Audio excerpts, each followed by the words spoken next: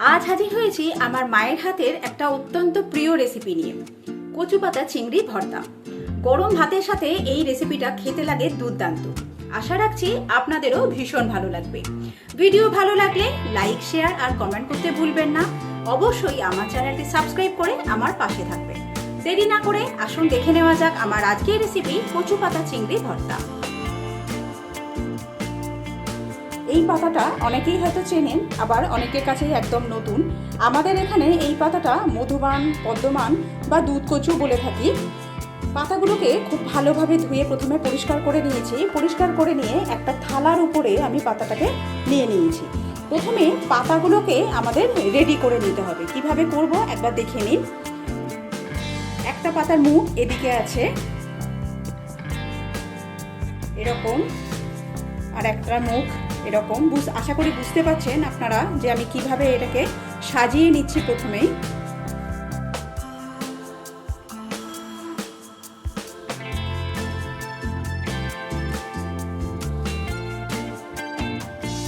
ঠিক এইভাবে পাতাটাকে সাজিয়ে নিতে হবে। এখানে আমি বেশ কিছু চিংড়ি নিয়েছি। চিংড়িগুলোয় পরিমাণ মতো নুন, হলুদ, সামান্য পরিমাণ গুঁড়ো লঙ্কা আর প্রায় 2 টেবিল স্পুনের মতো আমি সর্ষের তেল মাখিয়ে রেখেছিলাম। এবার এই চিংড়িটাকে উপরের যে একদম পাতাটা রয়েছে এই পাতার উপরে দিয়ে দিচ্ছি। এবার এতে আমি আরও 2 টেবিল স্পুনের মতো তেল অ্যাড করে দিচ্ছি। সর্ষের তেলটা একটু বেশি দিলে এটা খেতে অনেক বেশি ভালো হয়। এবার পাতাটাকে মুড়ে নেব। কিভাবে মুড়বো একবার দেখুন। এই যে দুটো পাতা এরকমভাবে করে নিলাম, মুখটা এইভাবে বন্ধ করে নিলাম। এইভাবে সমস্ত পাতাগুলোই এর সাথে একে একে এইভাবে মুড়ে নেব। ওই জন্যই প্রথমেই পাতাগুলোকে সাজিয়ে নেওয়াটা ভীষণ দরকার, নাহলে তেল দেওয়া থাকে তো তেলটা পাতা থেকে লিক করে যেতে পারে। ঠিক এইভাবে একটা পুঁটুলির মতো করে পাতাটাকে মুড়ে নিতে হবে।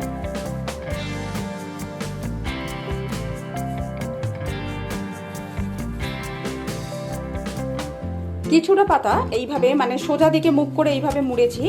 এইবার এই মুখটাকে আমি এইরকমভাবে উল্টে দিচ্ছি, যাতে সমস্ত দিক দিয়ে ঠিক একটা প্যাকিং করার মতো হয়।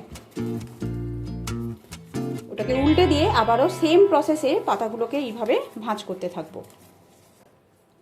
এবার থালাটার উপরে একটা পরিষ্কার সুতির কাপড় নিয়ে নিয়েছি। এই যে মানে পাতার যে পোঁটলাটা তৈরি করলাম, এই পোঁটলাটাকে এই কাপড় দিয়ে ভালোভাবে বেঁধে নেব 4টে কোণ।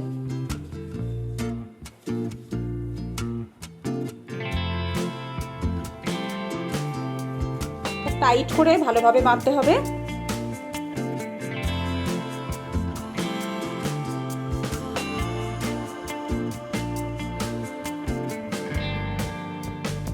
দেখুন এইভাবে একটা কাপড়ের পোঁটলার মধ্যে এগুলোকে ভালো করে সিল করে নিলাম। এবার আমি এখানে একটা কুকার নিয়ে নিয়েছি। কুকারের মধ্যে বেশ কিছুটা পরিমাণ জল নিয়েছি। এবার এই যে পাতার যে পোঁটলাটা তৈরি করেছিলাম এটা কুকারের মধ্যে আমি দিয়ে দেব। কুকারের ঢাকনাটা বন্ধ করে দিলাম। এবার আমি এখানে এতে 4 থেকে 5টা সিটি দিয়ে সেদ্ধ করে নেব, মানে পাতাটাকে ভালোভাবে সেদ্ধ করে নিতে হবে। এখানে আমি একটা কুকারের মধ্যে বেশ কিছুটা পরিমাণ জল নিয়ে নিয়েছি। এবার একটা ছোট বাটি এরকমভাবে উল্টো দিক করে আমি কুকারের মধ্যে দিয়ে দিচ্ছি। আপনারা বাটিও দিতে পারেন বা খাবার রাখার স্ট্যান্ডও দিতে পারেন। এবার এই যে পাতার যে পোঁটলাটা তৈরি করেছিলাম সেটা আমি কুকারের মধ্যে দিয়ে দিলাম। কুকারের ঢাকনাটা বন্ধ করে দেব।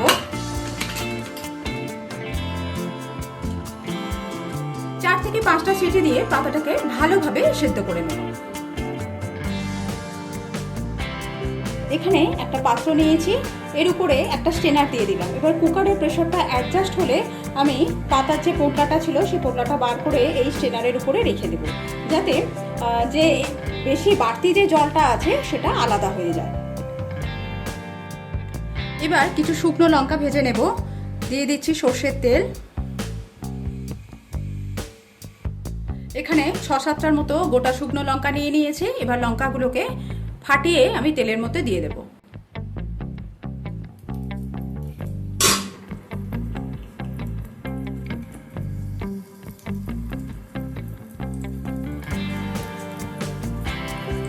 ঝালটা আপনারা আপনাদের স্বাদ অনুযায়ী কম বেশি করে নিতে পারেন।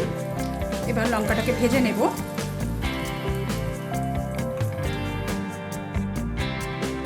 কিছুক্ষণ রাখার পর দেখুন এতে এই জলটা বেরিয়েছে।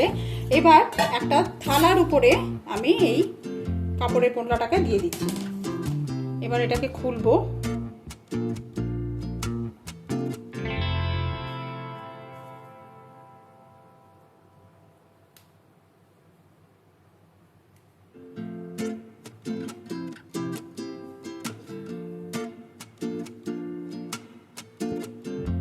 এটা খোলার পর এই যে পাতাটাকে আমি এই থালার উপরে নিয়ে নিচ্ছি।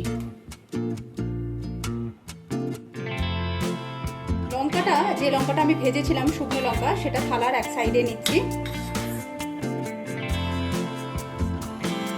এবার এতে পরিমাণ মতো নুন দিয়ে দিলাম। চিংড়ি মানে নুন হলুদ দিয়ে মাখানো ছিল, পাতার আন্দাজে নুনটা দিতে হবে। এবার এই নুন দিয়ে লঙ্কাটাকে মেখে নিচ্ছি।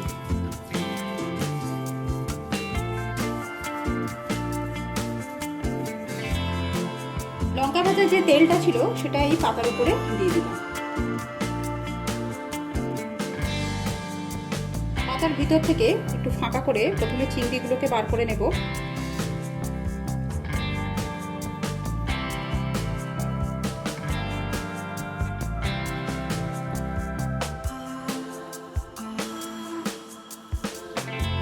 এবার চিংড়িটাকে প্রথমে লঙ্কার সাথে একবার মাখিয়ে নেব।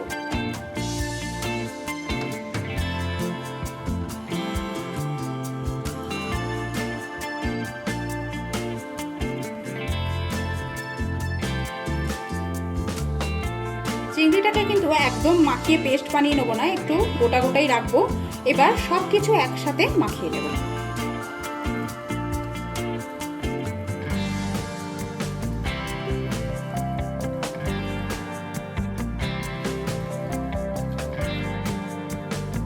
তৈরি হয়ে গেছে আমার আজকের রেসিপি পাতা ভর্তা। তৈরি হয়ে গেছে আমার আজকের রেসিপি কচু পাতা চিংড়ি ভর্তা।